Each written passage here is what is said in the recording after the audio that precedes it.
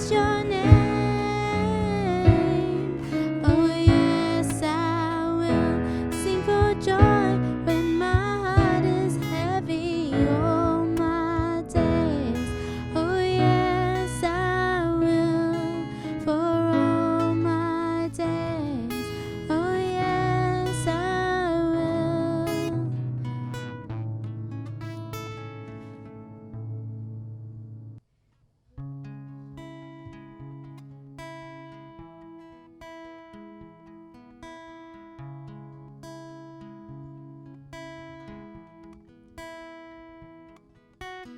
You put your love on the line to bear the weight of sin that was mine, washing my river of wrongs into the sea of your infinite love. With arms held high, Lord, I give my life, knowing I'm found in Christ, in your love forever. With all I am, in your grace I stand, greatest of all romance, love of God, my Savior.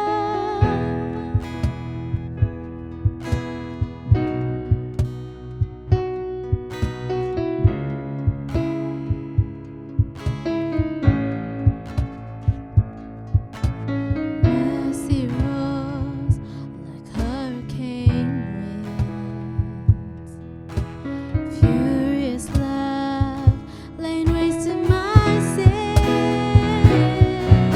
With arms held high, Lord, I give my life, knowing I'm found in Christ, in your love forever. With all I am, in your grace I stand, the greatest of all romance, love of God, my Savior.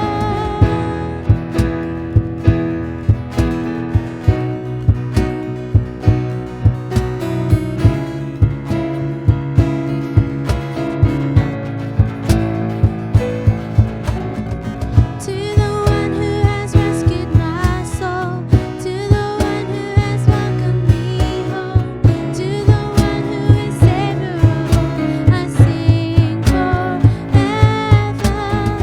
To the one who has rescued my soul, to the one who has welcomed me home, to the one who is Savior of all, I sing forever.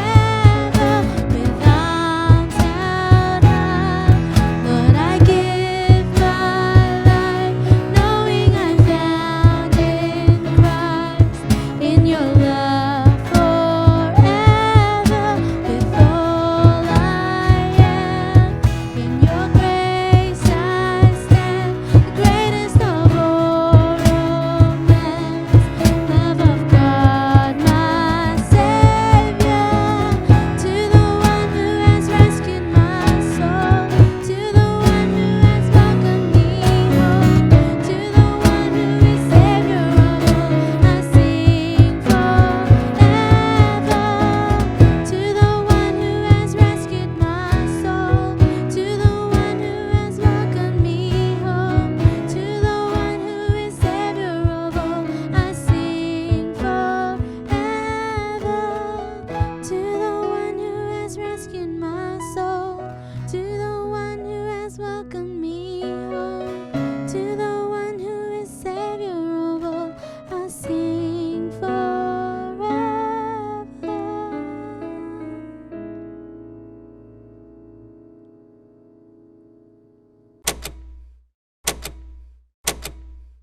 It'll be good. COVID life is nice, actually. You know, just playing games, staying at home. Yeah, I would just, chilling out. Hey, yeah, I've been good. COVID-19 life is pretty chill. Not doing much uni at the moment. I'm just, doing the church program right now. Yeah, I am part of the band. It's, I mean, recording's good and all. It's a bit time consuming given that, you have all these takes one after the other and you think that the next one could be better than the last one and then you're in this continuing spiral of just trying to be better than the last take and then, you're nearly there at that perfect ending and you do the wrong chord. Yeah, some of it, but not all of it. Yeah, for the most part, I get through most of them. It's really good, I get to sleep in. I don't have to wake up early for church. I can just, whip out my phone. It's there, done. The comfort of my own bed,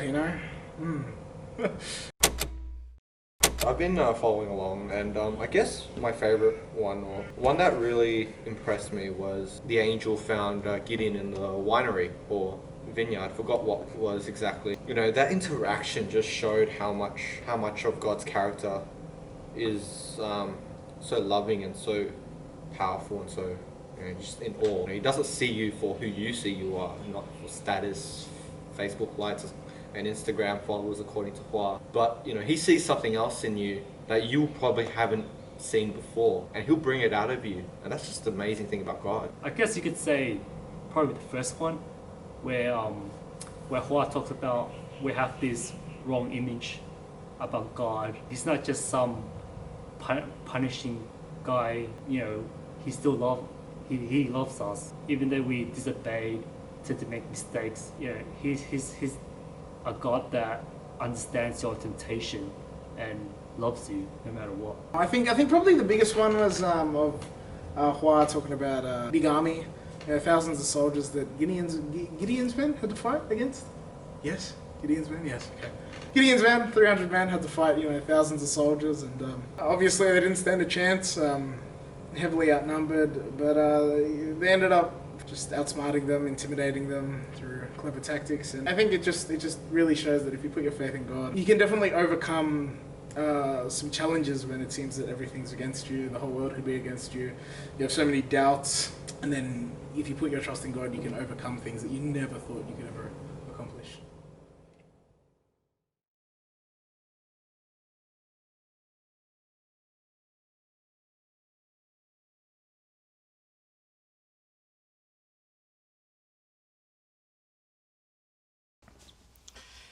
Hi everyone.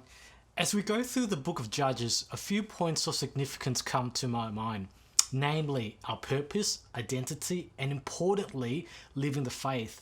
As we study and learn the biblical characters in Judges, we see evidently that God has a purpose and a plan for them. They might not be perfect, but regardless, they all have a meaningful life. Their lives are punctuated by God's activity and power. You see, living the faith is more about who we are in God and how we are called to respond than it is about espousing a particular theological viewpoint, following particular rules, and meeting certain Christian expectations. There are a few important questions we, as followers of Jesus and those whom God has called, must ask ourselves. How do we navigate and walk this journey that is fraught with difficulties, doubt, and struggles? How are we even certain of such a quest to live out our faith authentically? The reality of our lives and our acceptance of a life living the faith must speak for itself upon the grace and abundance of God's love and His provisions. What we do must align with who we really are. Who we really are is found in God's mercy and grace in Jesus Christ. As such, we must live genuinely, humbly, and lovingly. Our vocation and calling are then realized by being still before God, to discern and accept the calling that God has bestowed upon us. I can only look at myself to gauge these life questions. I can only measure myself against the criteria or whatever the measurement of life is. But of most importance is measuring myself to God's purpose. As I read Palmer's Let Your Life Speak, I felt both reassurance and comfort. It speaks so genuinely about my own struggles, my own weaknesses, my own dark pit of despair, hopelessness, gladness, and purpose. Like Palmer, I had to travel deep within the recesses of my heart and soul, within its darkness, and realize the light growing from the love of God. Here I truly find myself. I can make sense of my being and the world around me. From here, I take my steps upon the journey and towards the way. I come to a profound realization that it is really not about me. Such an obsession would be selfish and self-worshipping. No, I have come to realize that it is all about God. God working in me and through me. God has embedded me with the purpose of and for others. Humanity tries to make sense of being in the world. We try to find value, purpose, and meaning, and hope to find happiness and achievements.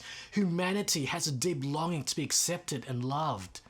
People go about this in every way they can. Sometimes it is through the hardship of making mistakes, being scarred and hurt by one's own actions and decisions.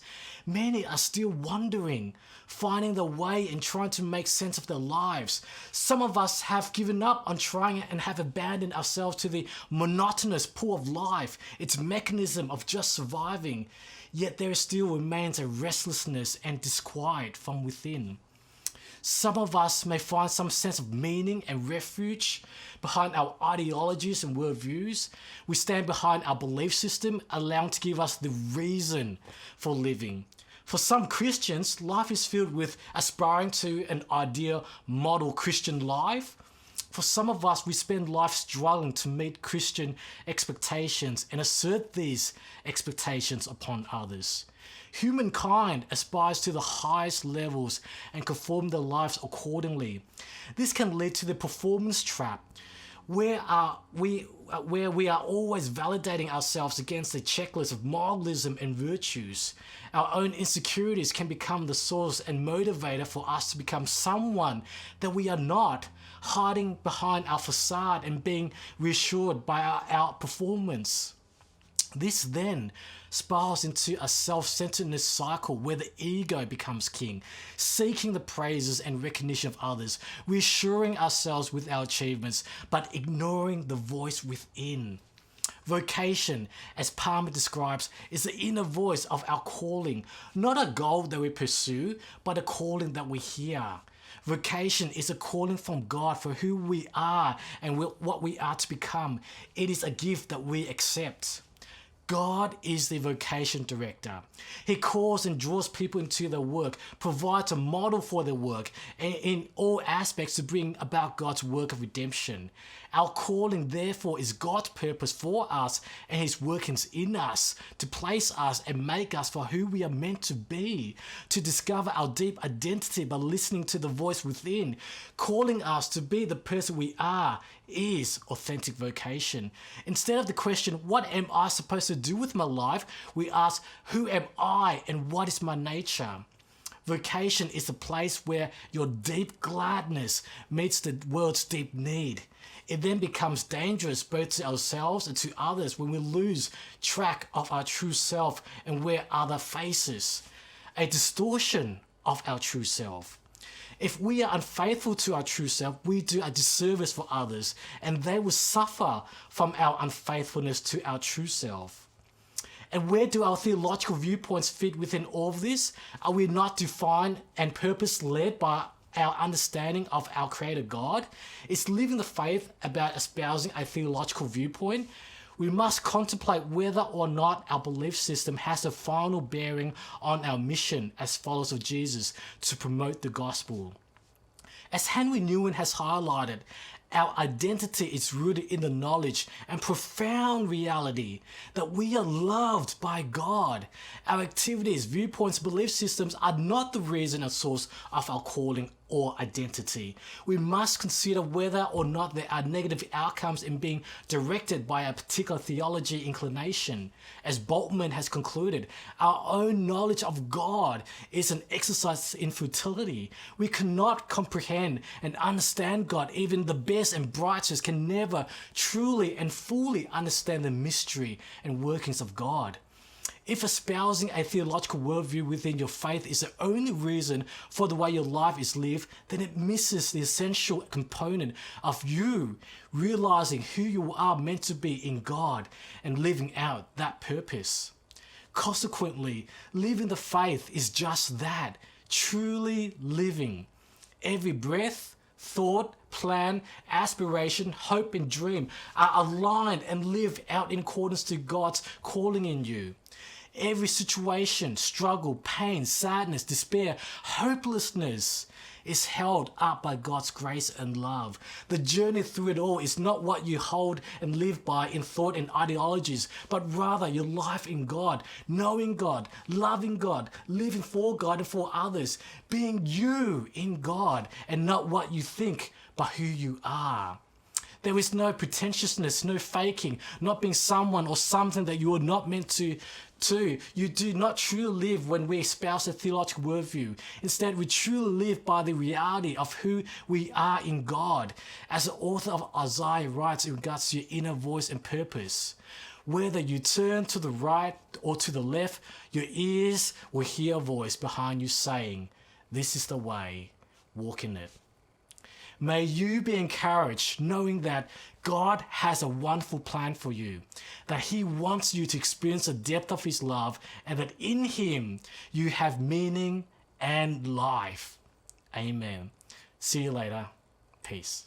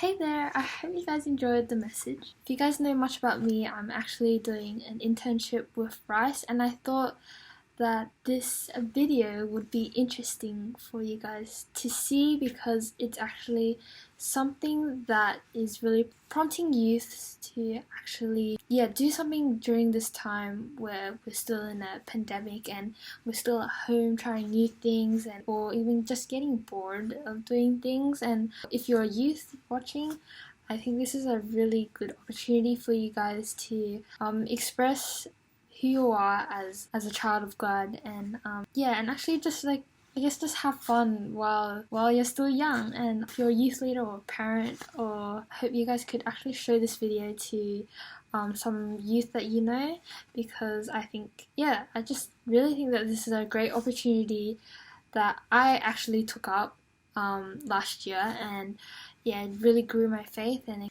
it actually grew myself into another community as well as a community at church. And so all the information will be in the description below. And remember to hit the notification button on our YouTube channel so that you can keep updated and watch our Sunday services. And I guess this is the end of the service. I hope you guys enjoyed it, and I'll see you guys next week.